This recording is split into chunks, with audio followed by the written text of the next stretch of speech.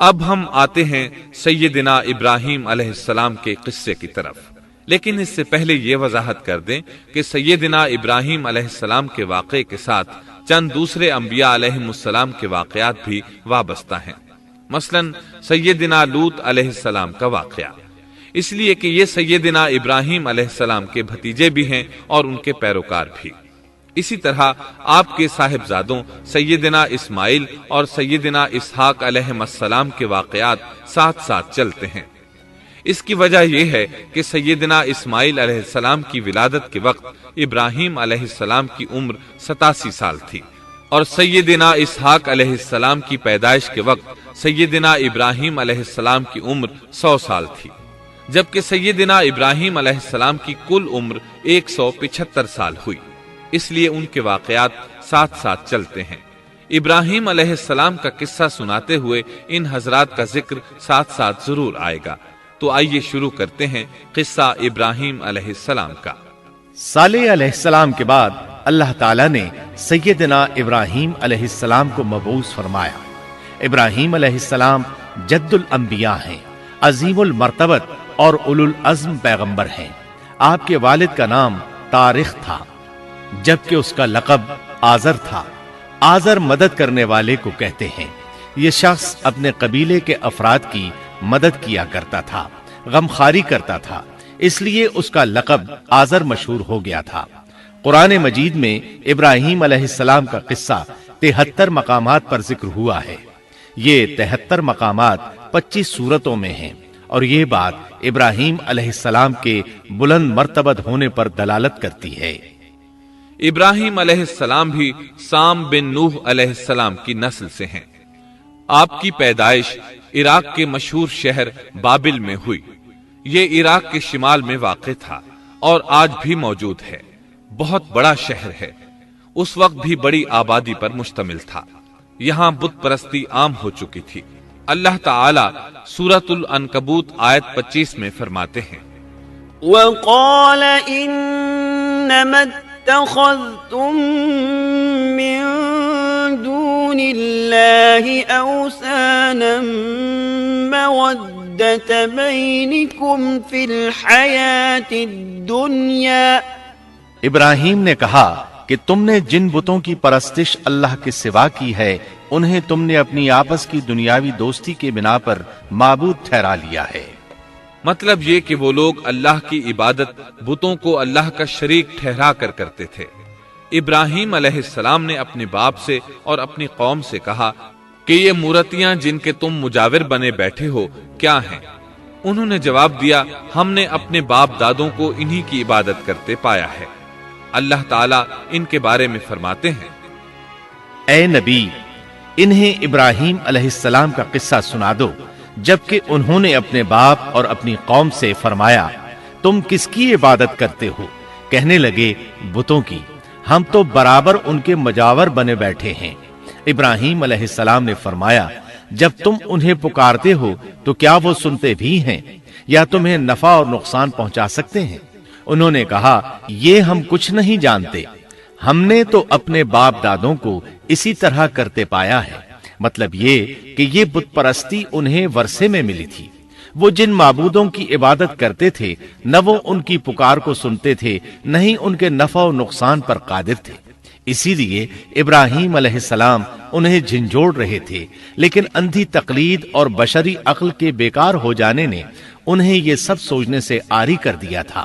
اللہ تعالیٰ نے ابراہیم علیہ السلام کی خصوصی رہنمائی فرمائی تھی، جیسا کہ سورۃ الانبیاء آیت 51 میں ہے، وَلَقَدْ آتَيْنَا إِبْرَاهِيمَ رُشْدَهُ مِن قَبْلُ وَكُنَّا بِهِ عَالِمِينَ۔ اور ہم نے ابراہیم کو پہلے سے ہدایت عطا فرما دی تھی اور ہم اسے جانتے تھے۔ ابراہیم علیہ السلام نے کبھی ایک لمحے کے لیے بھی بتوں کی پوجا نہیں کی تھی۔ آپ نے اپنی قوم کو بتوں کی پوجا کرتے دیکھا تو انہیں ملامت کی، ایک اللہ کی طرف دعوت دی، اور اس دعوت کی ابتدا انہوں نے اپنے باپ سے کی۔ اللہ تعالیٰ سورہ مریم میں فرماتے ہیں، اے نبی کتاب میں ابراہیم کا ذکر کر، بے شک وہ سچا نبی تھا جب اس نے اپنے باپ سے کہا اے میرے باپ بے شک مجھے وہ علم عطا ہوا ہے جو تمہیں حاصل نہیں، اس لیے میری اطاعت کریں، میں آپ کو سیدھا راستہ دکھاؤں گا۔ اے میرے باپ شیطان کی عبادت نہ کریں، بے شک شیطان اللہ کا نافرمان ہے۔ ان بتوں کی عبادت گویا شیطان کی عبادت ہے، اس لیے آپ نے ان معبودوں کو شیطان سے تعبیر کیا۔ فرمایا اے میرے باپ بے شک مجھے خوف ہے کہ تم پر اللہ کا عذاب آئے، پھر تم شیطان کے ساتھی ہو جاؤ۔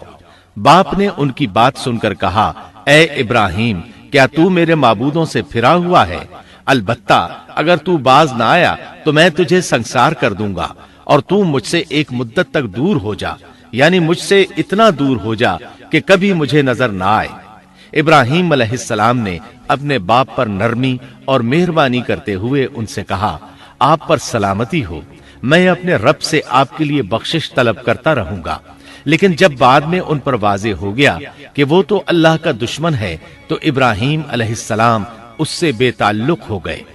سورہ توبہ آیت 114 میں اللہ فرماتے ہیں وما كان استغفار إبراهيم لأبيه إلا عن موعدة وعدها إياه فلما تبين له أنه عدو لله تبرأ منه ان ابراہیم لأواہ حلیم۔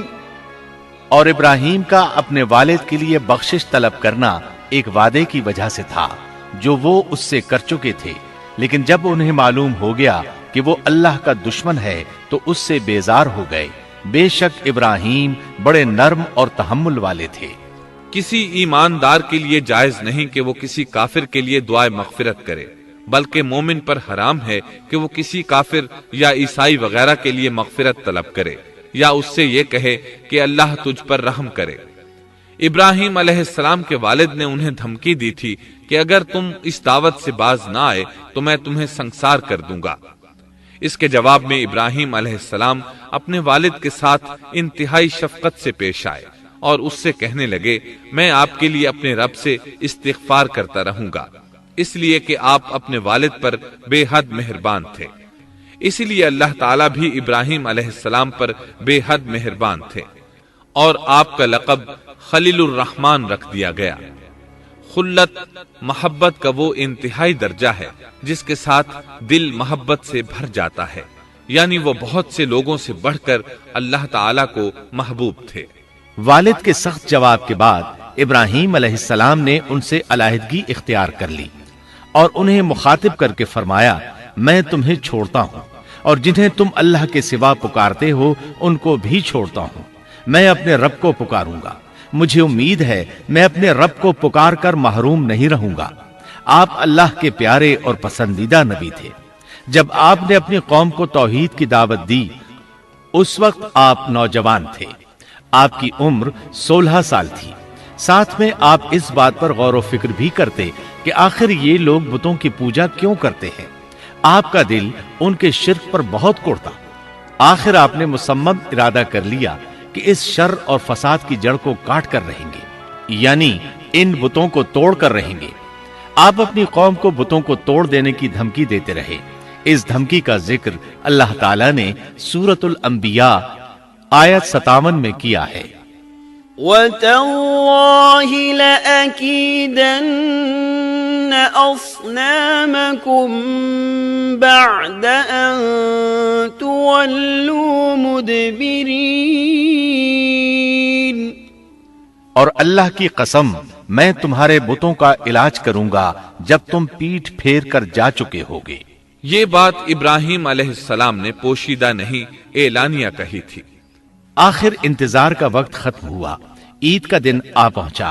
عید کے دن وہ لوگ صبح سویرے گھر سے نکلنے سے پہلے کھانا پکا کر اپنے معبودوں کے سامنے رکھتے تھے، پھر شہر سے باہر ایک میدان میں جمع ہوتے، وہاں کھیلتے کودتے خوشیاں مناتے،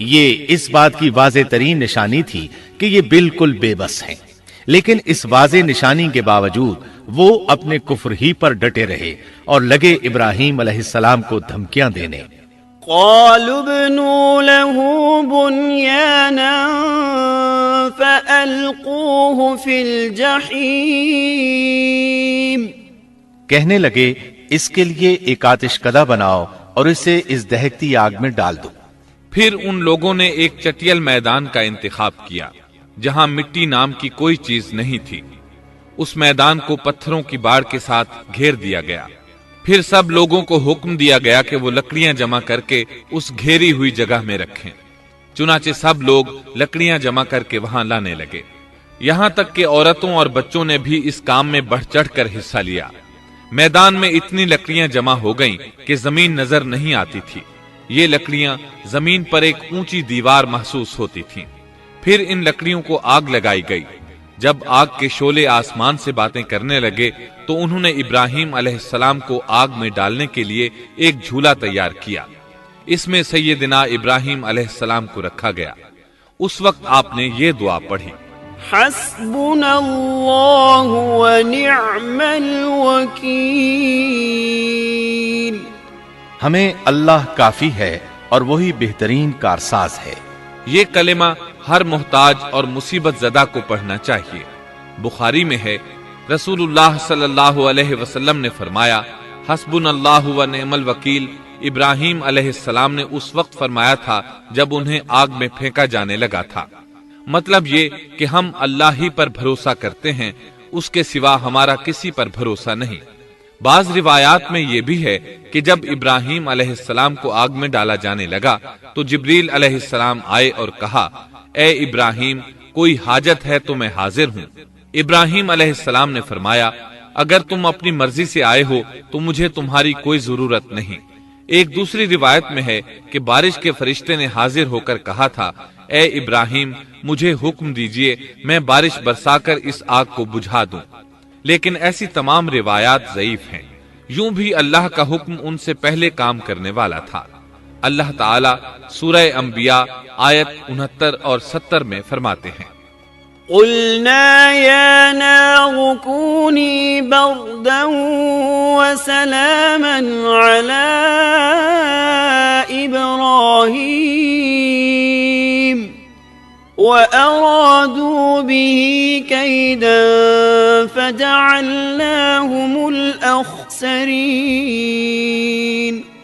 ہم نے کہا، اے آگ ابراہیم پر ٹھنڈی ہو جا اور سلامتی والی ہو جا۔ گو انہوں نے ابراہیم کا برا چاہا لیکن ہم نے انہیں ہی نقصان پانے والا کر دیا۔ چنانچہ جب ابراہیم علیہ السلام کو آگ میں ڈالا گیا تو وہ ٹھنڈی ہو گئی۔ ابن عباس رضی اللہ عنہما فرماتے ہیں، اگر اللہ تعالیٰ آگ سے یہ نہ فرماتے کہ سلامتی والی ٹھنڈی ہو جا تو وہ اس قدر سرد ہو جاتی کہ اس کی ٹھنڈک سے تکلیف محسوس ہوتی۔ گویا آگ بھی اللہ کے حکم کے بغیر نہیں جلا سکتی، چھری اللہ کے حکم کے بغیر نہیں کاٹ سکتی، اس لیے کہ یہ بھی اللہ کی مخلوق ہیں اور ان کی قدرت بھی اللہ کے پاس ہے۔ وہ چاہے تو ان کو قدرت عطا کر دے، چاہے تو قدرت واپس لے لے۔ آگ کو ٹھنڈا ہونے کا حکم ہوا، وہ ٹھنڈی ہو گئی۔ اس نے نہ ابراہیم علیہ السلام کے کپڑے جلائے، نہ جسم کے کسی حصے کو کوئی نقصان پہنچایا، صرف وہ رسیاں جلائیں جن سے آپ کو باندھا گیا تھا۔ سبحان اللہ۔ لوگ آگ کے گرد اس انتظار میں کھڑے تھے کہ جو ہی انہیں آگ میں پھینکا جائے گا وہ جل کر راکھ ہو جائیں گے، لیکن وہ یہ دیکھ کر حیران رہ گئے کہ ابراہیم علیہ السلام بڑے ناز سے آگ کے درمیان بیٹھے ہیں۔ بعض روایات میں ہے کہ ابراہیم علیہ السلام فرمایا کرتے تھے، مجھے ان دنوں جو راحت اور سکون حاصل تھا ویسا آگ سے نکلنے کے بعد نہیں ہوا۔ لوگ اس معجزے کو دیکھ کر حیرت زدہ تھے۔ پھر ابراہیم علیہ السلام آگ سے نکلے۔ اتنا بڑا معجزہ دیکھنے کے باوجود لوط علیہ السلام کے سوا کوئی شخص پورے بابل شہر سے ان پر ایمان نہ لایا۔ اللہ تعالیٰ فرماتے ہیں، فآمن له لوط، پس ابراہیم پر لوط ایمان لائے۔ مطلب یہ کہ پوری بستی سے لوط علیہ السلام تھے جو آپ پر ایمان لائے تھے، باقی تمام لوگ کفر ہی پر ڈٹے رہے۔ ابراہیم علیہ السلام ان کا رویہ دیکھ کر نا امید ہو گئے کہ اس سے بڑھ کر یہ کون سا معجزہ دیکھنا چاہتے ہیں۔ ان کے بتوں کو توڑ دیا گیا، اپنی آنکھوں سے اللہ کی نشانی ان لوگوں نے دیکھی، پھر بھی یہ ایمان نہیں لائے، چنانچہ آپ نے وہاں سے ہجرت کا ارادہ فرما لیا۔ اس وقت بابل پر نمرود نامی بادشاہ کی حکومت تھی۔ کہا جاتا ہے کہ زمین کے بیشتر حصے پر اسی کی حکمرانی تھی۔ جب اس کے پاس یہ خبریں پہنچیں کہ ابراہیم علیہ السلام کو آگ میں ڈالا گیا لیکن آگ نے انہیں نہیں جلایا، تو اس نے ابراہیم علیہ السلام کو اپنے دربار میں پیش کرنے کا حکم دیا۔ ابراہیم علیہ السلام کو وہاں لایا گیا۔ نمرود نے ان سے ان کے رب کے بارے میں سوال کیا۔ اللہ تعالیٰ سورۃ البقرہ آیت 258 میں فرماتے ہیں، أَلَمْ تَرَ إِلَى الَّذِي حَاجَّ إِبْرَاهِيمَ فِي رَبِّهِ أَنْ آتَاهُ اللَّهُ الْمُلْكَ۔ کیا تو نے اس شخص کو نہیں دیکھا جس نے ابراہیم سے اس کے رب کے متعلق جھگڑا کیا اس لیے کہ اللہ نے اسے سلطنت دی تھی؟ ایک روایت میں ہے کہ 4 بادشاہوں نے زمین کے بیشتر حصے پر حکمرانی کی ہے، ان میں سے ایک نمرود ہے۔ نمرود اپنے وقت کا حاکم و بادشاہ تھا۔ ابراہیم علیہ السلام سے جب اس کی اللہ تعالیٰ کے بارے میں بات چیت ہوئی تو ابراہیم علیہ السلام نے کہا، میرا رب وہ ہے جو زندہ کرتا ہے اور مارتا ہے۔ جواب میں اس نے کہا، میں بھی زندہ کرتا ہوں اور مارتا ہوں۔ چنانچہ اس نے حکم دیا کہ جیل سے 2 آدمیوں کو لے آؤ۔ جیل سے 2 ایسے آدمیوں کو لایا گیا جن کے لیے سزائے موت کا فیصلہ ہو چکا تھا۔ اس نے ان میں سے ایک کے قتل کا حکم دیا، دوسرے کو معاف کر دیا۔ اس سے اس نے یہ ثابت کرنا چاہا کہ وہ بھی زندہ کر سکتا ہے اور موت دے سکتا ہے، اور کہنے لگا، دیکھ لو میرے حکم سے لوگ مرتے ہیں اور میرے حکم سے انہیں زندگی ملتی ہے۔ اس کی بات سن کر ابراہیم علیہ السلام نے غور کیا کہ اگر وہ اس سے موت و حیات کے باریک فلسفے پر بحث کریں گے تو نمرود کا مقصد پورا ہو جائے گا اور میرا مقصد پورا نہیں ہو پائے گا۔ اس لیے بحث و مباحثے کی بجائے کوئی مضبوط دلیل پیش کر دی جائے تاکہ حق و باطل کے درمیان فرق واضح ہو جائے۔ چنانچہ آپ نے فرمایا، بے شک اللہ سورج کو مشرق سے لاتا ہے، تو اس کو مغرب سے لے آ۔ کافر بادشاہ یہ سن کر مبہوت رہ گیا، اس کا سر جھک گیا۔ اللہ تعالیٰ فرماتے ہیں، تب وہ کافر حیران رہ گیا اور اللہ نا انصافوں کو سیدھی راہ نہیں دکھاتا۔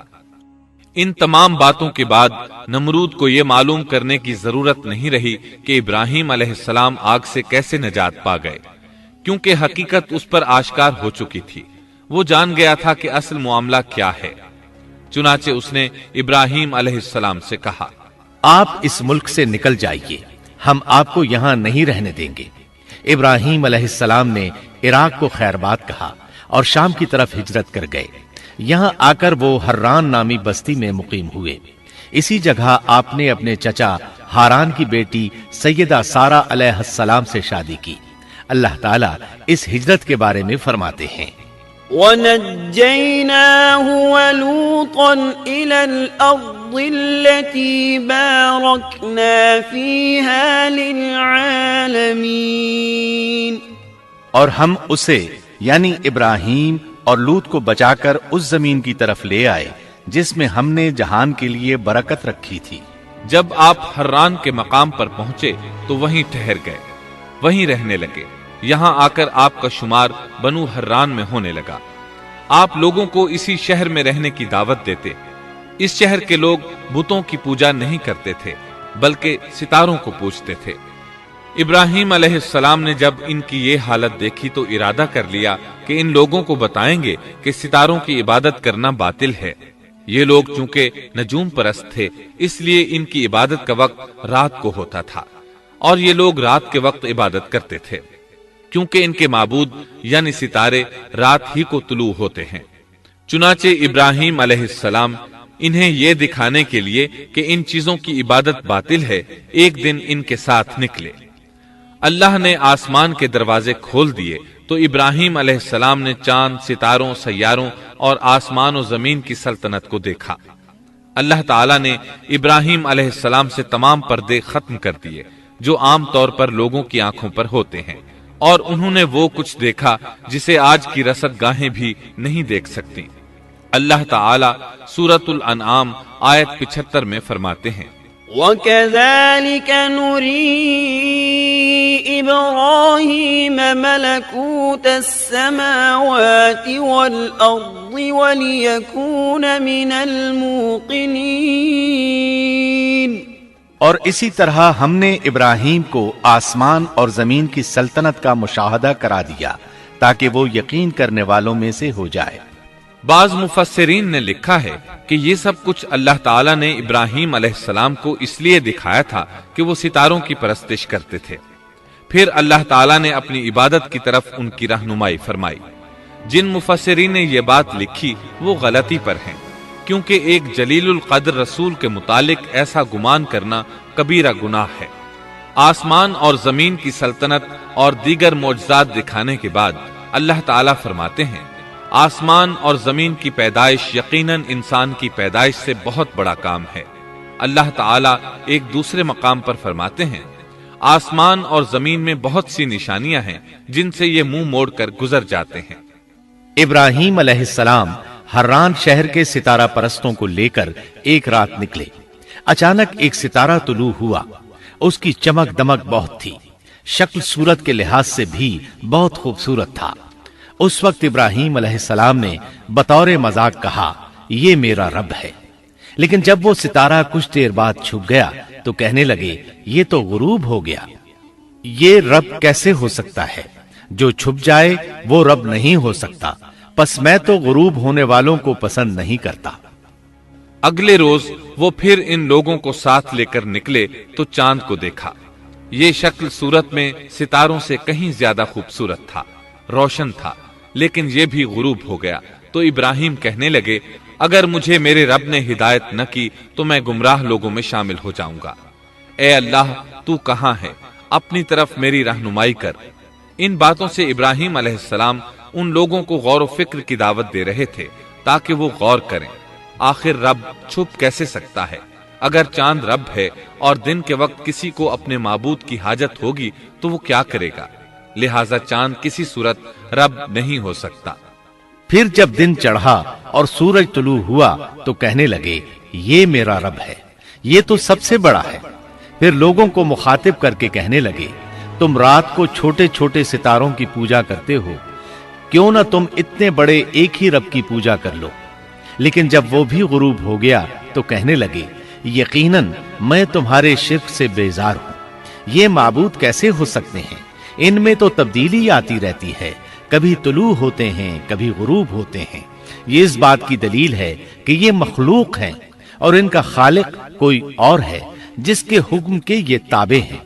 جب یہ خود مخلوق ہیں اور کسی اور کے تابع ہیں تو کسی کو نفع نقصان پہنچانے پر کس طرح قادر ہو سکتے ہیں؟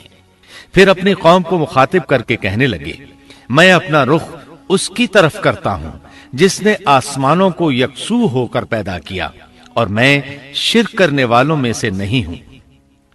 اب بھی وہ اپنی بات پر اڑے رہے۔ تب آپ نے فرمایا، تم مجھ سے اللہ کے بارے میں جھگڑ رہے ہو، مجھے تو اللہ راہ دکھا چکا ہے اور اس نے مجھے دلیل عطا فرمائی ہے۔ میں یقیناً جانتا ہوں کہ تمہارے تمام معبود بے بس اور بے طاقت ہیں۔ جاؤ، تم سے اور تمہارے ان معبودوں سے جو ہو سکے کر لو، میرے رب کی مرضی کے بغیر کچھ بھی نہیں ہو سکتا۔ میرے رب نے ہر چیز کے علم کو اپنے گھیرے میں لے رکھا ہے، کیا پھر بھی تم نصیحت حاصل نہیں کرو گے؟ اور میں تمہارے معبودوں سے خوف کیوں کھاؤں؟ تم اللہ سے نہیں ڈرتے؟ ان کو اللہ کا شریک ٹھہرا رہے ہو، اللہ نے اس کی کوئی دلیل نازل نہیں کی۔ اگر تم میں صحیح علم ہے تو تم ہی بتلا دو کہ ہم دونوں جماعتوں میں سے امن کا زیادہ حقدار کون ہے؟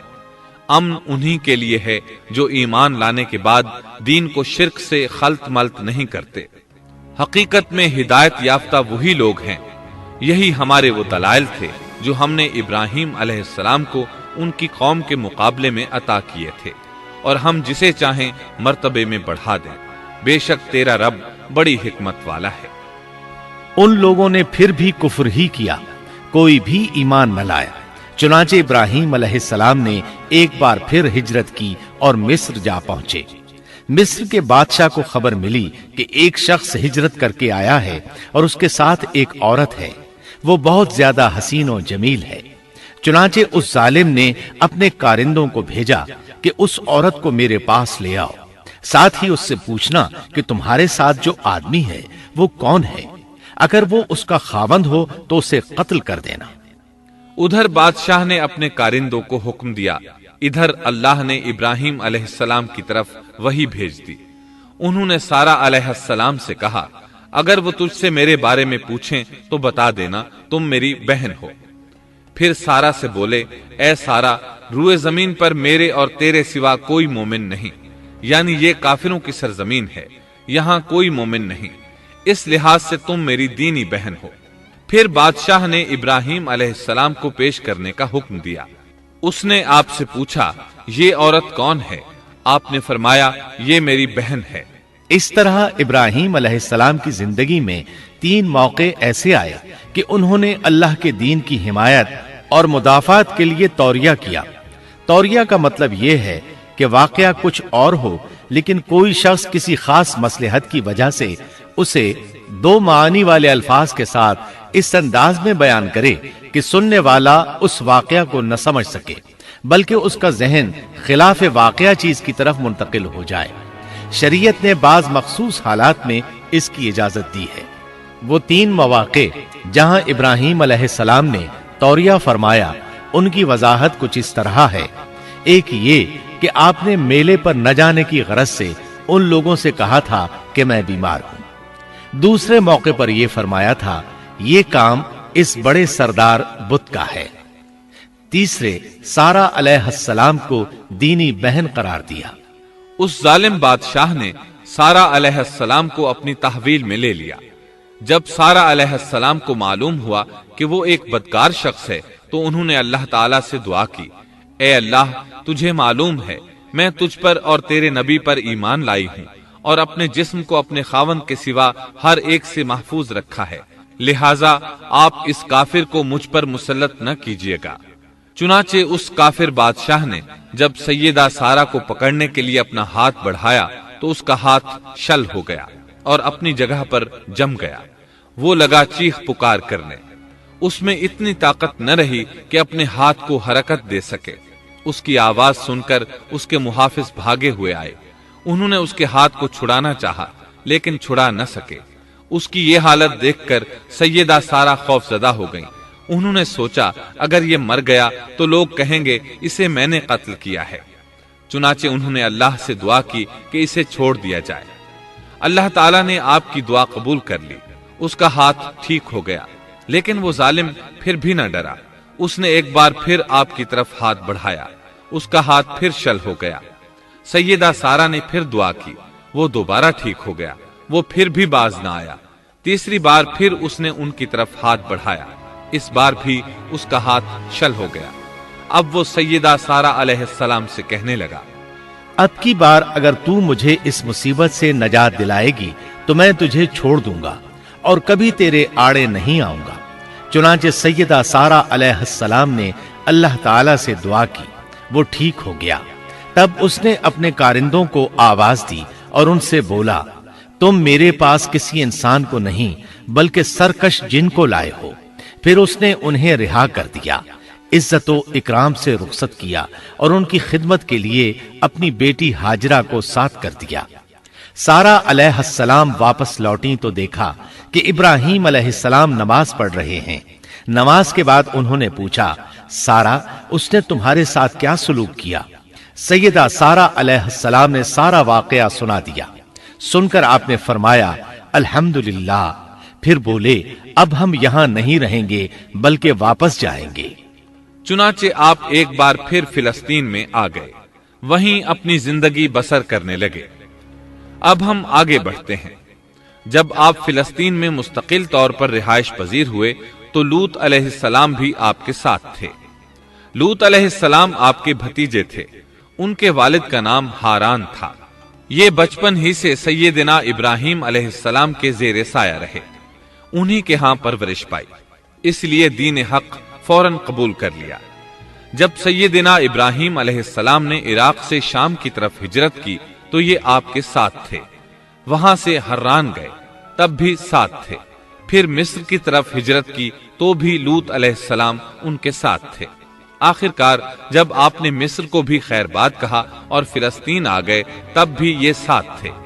اب ابراہیم علیہ السلام نے لوط علیہ السلام کو حکم دیا کہ وہ بستی سدوم کی طرف چلے جائیں، اس لیے کہ اس بستی کے لوگ کفر کی انتہائی گہرائی میں جا چکے ہیں، انہیں کفر و شرک سے نکالنے کے لیے وہاں جائیں، انہیں اللہ کے احکام سنائیں، اللہ کی طرف دعوت دیں۔ چنانچہ لوط علیہ السلام تو اس طرف روانہ ہو گئے، اور ادھر فلسطین میں صرف 3 مسلمان رہ گئے، ابراہیم علیہ السلام، ان کی زوجہ محترمہ سیدہ سارہ اور سیدہ ہاجرہ علیہم السلام وہیں رہائش پذیر رہے اور لوگوں کو مسلسل اللہ کی طرف دعوت دیتے رہے، یہاں یہ بے شمار مال و دولت کے بھی مالک بن گئے۔ جب ان کی عمر 85 یا 86 سال ہوئی تو سارہ علیہ السلام نے سوچا، میں بانجھ ہوں، میرے خاوند بوڑھے ہیں، لیکن اولاد کی تمنا ہے، تو کیوں نہ میں اپنی لونڈی ہاجرہ ہدیے اور تحفے کے طور پر ابراہیم علیہ السلام کو دے دوں۔ چنانچہ ہاجرہ ابراہیم علیہ السلام کو مل گئیں، انہوں نے ان سے شادی کر لی۔ اللہ رب العزت نے جلد ہی ان کے بطن سے آپ کو اسماعیل علیہ السلام عطا فرمائے۔ ہاجرہ علیہ السلام کے ماں بننے پر اور ان کی اولاد کو دیکھ کر سیدہ سارہ علیہ السلام کو فطری طور پر غیرت کا احساس ہوا۔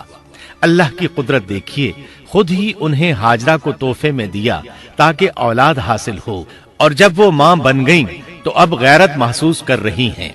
اپنی اس کیفیت سے مجبور ہو کر سیدہ سارہ نے ابراہیم علیہ السلام سے کہا، آپ مجھے اس کے ساتھ ایک جگہ پر نہ رکھیں۔